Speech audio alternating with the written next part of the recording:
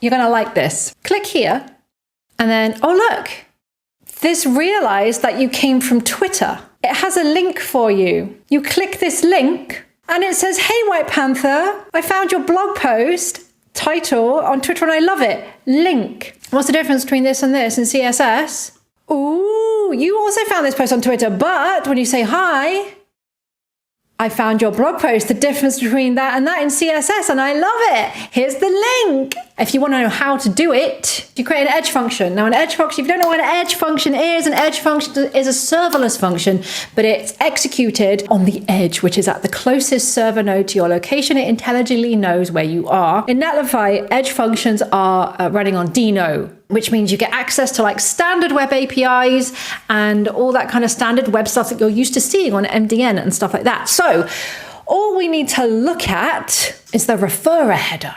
So we can use just headers.get on the request to get the referrer header, right? And the great thing about Dino and edge functions on Netlify is that you can get the next HTTP response. So basically what happens is the request comes in and then you can actually just grab the response object, which would be that page, and then change it. So if there's no referrer, we don't want to do anything. We're just going to return the response as it is. No big deal.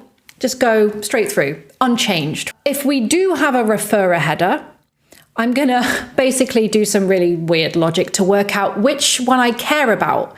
We've got Netlify, we've got Reddit, we've got Hacker News, localhost for dev, because why not, Twitter. And Twitter is the big one, right? So what happens is, if we don't have a message here that we care about with a referrer that we care about, then we're just going to return the response. However, if we do have a referrer match, we're going to use HTMLRewriter from Cloudflare. And because this is Dino, you can actually import HTMLRewriter just from the URL right here.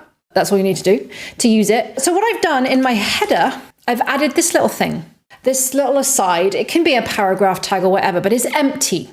Nothing in it. And I've got some data attributes on it.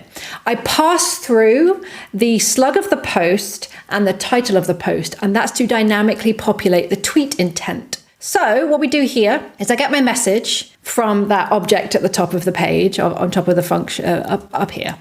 And then what I do is I can use HTMLRewriter to get the data slug and data title from this HTML element. We do something special for Twitter and we provide the web intent link. So the full URL of the post that you're going to tweet about is that and slug. And the message, what I do here, you'll notice up here in my tweet intent, I have insert title here and I have insert link here. And I just do a replace on that.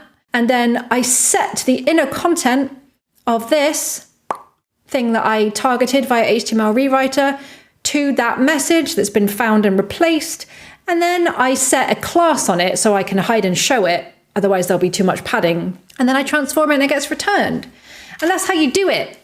So that only happens from Twitter. I'm keeping like the sharing contextual. So if I land on this from Netlify, oh, well, there's a different way if I do it from Netlify. Watch this. So check this out. This is the post on Netlify. So it was originally posted on Netlify. And here I talk about my website. And here I provide a link. You found my site via netlify.com and then learn how to show this banner and then you go there. But it's clever, right?